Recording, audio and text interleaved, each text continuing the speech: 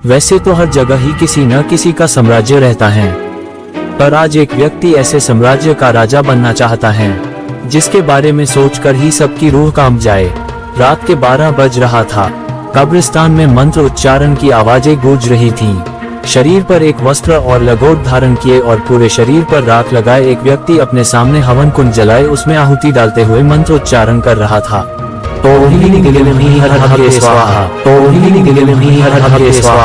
इस मंत्र के साथ वो व्यक्ति लगातार हवन कुंड में आहुति डाले जा रहा था। आकाश में बिजली कड़क रही थी, तेज हवाएं बहने लगी थीं। कुछ ही देर में बहुत से मांसाहारी कीटक उस व्यक्ति के शरीर पर चढ़ने लगे और उसे काटने लगे थे, पर वो व्यक्ति दर्द को सहते हुए अपना यज्ञ जारी रखा। तभी हवन कुंड से एक स्त्री प्रकट हुई। उस स्त्री के प्रकट होते ही सारे मांसाहारी कीड़े उस व्यक्ति के शरीर पर से गायब हो गए और वो व्यक्ति उस स्त्री को देख वो व्यक्ति उस स्त्री पर मोहित हो गया, और कोई भी देखता तो वो उस स्त्री पर मोहित तो हो ही जाता।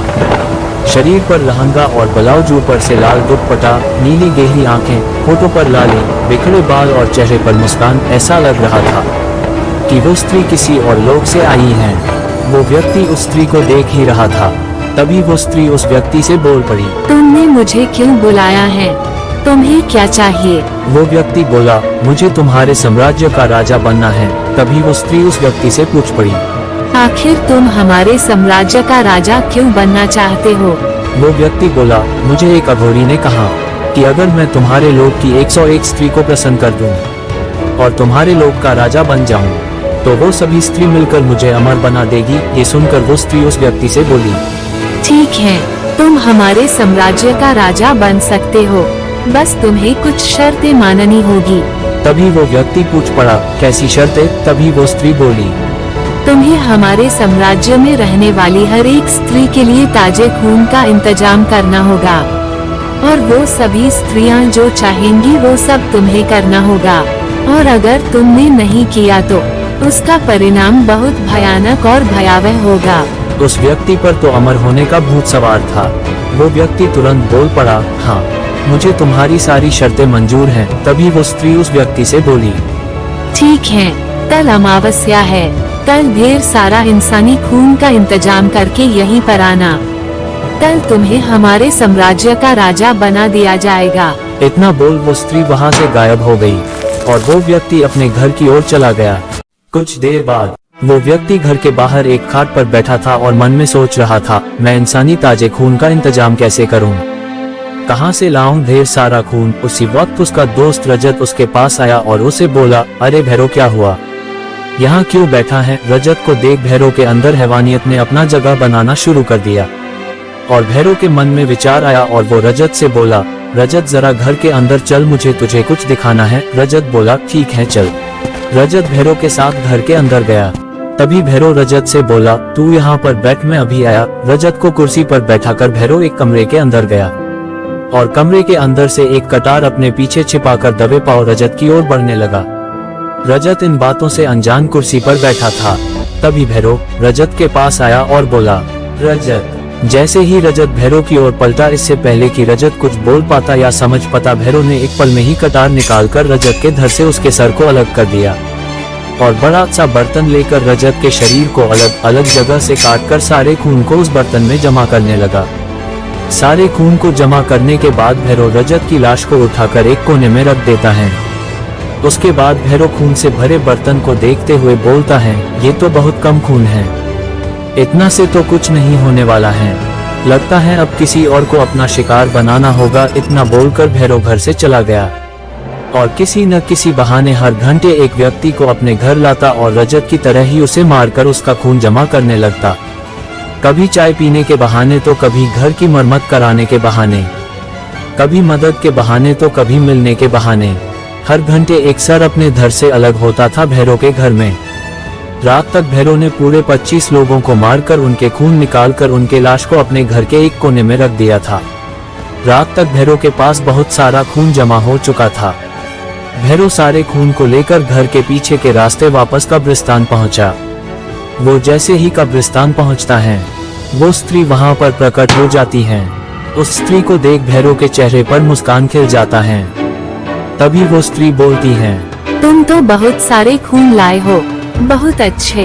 अब तुम हर सुबह इंसानी लोग में ताजे इंसानी खून का इंतजाम करोगे और रात के समय हमारे साम्राज्य के राजा बनकर हमारे लोक की स्त्रियों को प्रसन्न करोगे। उस स्त्री के इतना बोलते ही खून, भैरव और वो स्त्री वहाँ से गायब हो जाते हैं और वो सब एक बहुत ही सुंदर लोक में पहुँच जाते हैं जहाँ पर हर तरफ ही सिर्फ खूबसूरत स्त्रियाँ थी। उस जगह को देखकर भैरव उस स्त्री से पूछ पड़ा, ये तो बहुत सुंदर जगह है, पर ये कौन सी जगह है? वो स्त्री भैरव से बोली, ये अनाम लोक है और अब से इस अनाम लोक के साम्राज्य के राजा तुम हो। जब तक तुम इस साम्राज्य का राजा रहोगे तब तक तुम अमर हो। पर एक बात याद रखना, तुम्हें यहाँ की स्त्री के लिए खून का इंतजाम करना है ताकि यहाँ की स्त्रियाँ खून पीकर सदैव जवान और खूबसूरत रहे। और यहाँ की स्त्रियों को तुम्हें सदैव खुश रखना है ताकि यहाँ की स्त्रियाँ तुम्हें तुम्हारे मौत से दूर रख सके, जिससे तुम सदैव अमर ही रहोगे। इतना सुन भैरव खुश होते हुए उस स्त्री से बोला, ठीक है, मैं समझ गया। तभी वो स्त्री गायब हो जाती है और भैरव गायब होकर अनाम लोक के राज्य सिंहासन पर पहुंच जाता है जहां बहुत सी स्त्रियां कतार में खड़ी होती हैं। भैरव के बगल में ही खून से भरा पात्र रखा था जिसमें भैरव खून भरकर लाया था। कतार में खड़ी स्त्रियों को भैरव खून पिलाने लगता है। उस समय भैरव के चेहरे पर एक शैतानी मुस्कान थी। भैरव अनाम लोक के राज्य सिंहासन पर बैठा मुस्कुरा रहा था।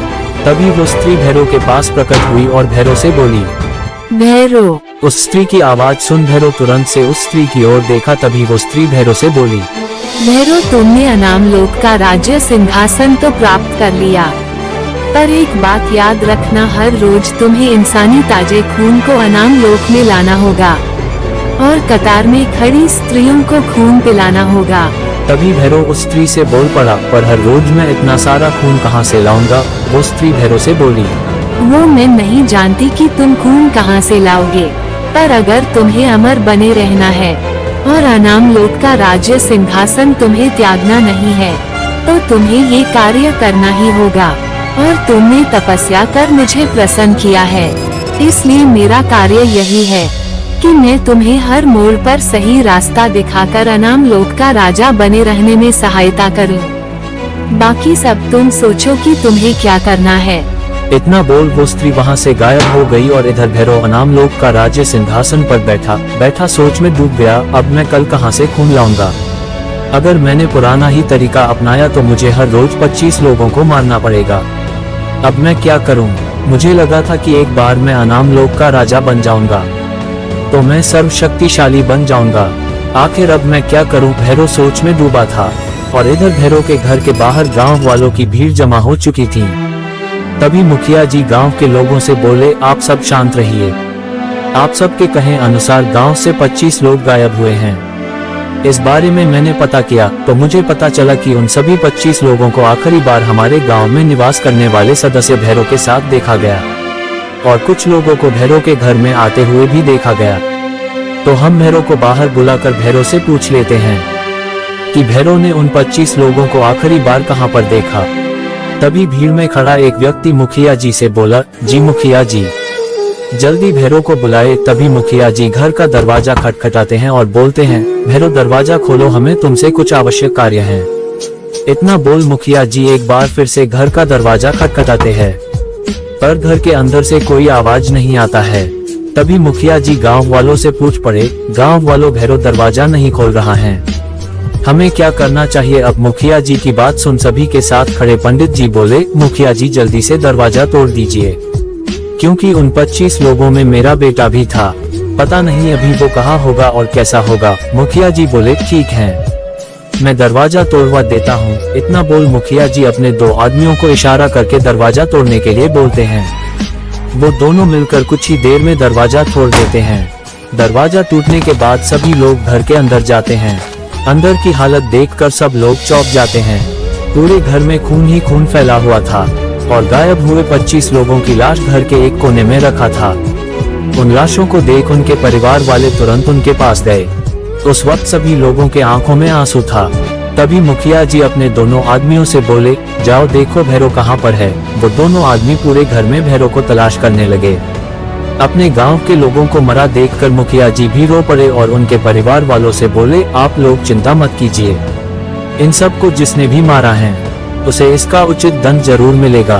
अभी आप सब इन सभी लाशों को लेकर जाए और इनका अंतिम संस्कार कीजिए। मुखिया जी की बात सुन एक कर सभी लोग उन लाशों को उठाकर ले गए। तभी मुखिया जी के दोनों आदमी मुखिया जी के पास आए और एक आदमी मुखिया जी से बोला, मुखिया जी पूरे घर में भैरव कहीं पर भी नहीं है और घर के पीछे का दरवाजा खुला पड़ा है। तभी मुखिया जी बोले, शायद भैरव घर से भाग गया है, पर जाएगा कहाँ तक, कभी न कभी तो आएगा ना। तुम दोनों यहीं रहो, जैसे ही भैरव घर आए उसे लेकर गांव के बीचों बीच आ जाना। तभी मुखिया जी का एक आदमी मुखिया जी से बोला, ठीक है मुखिया जी। इधर सभी लोग उन 25 लोगों की लाशों को कब्रिस्तान में जला रहे थे। सभी लोग अपनों के जाने के गम में डूबे थे और इधर अनाम लोक में भैरव अभी भी सोच में डूबा हुआ था।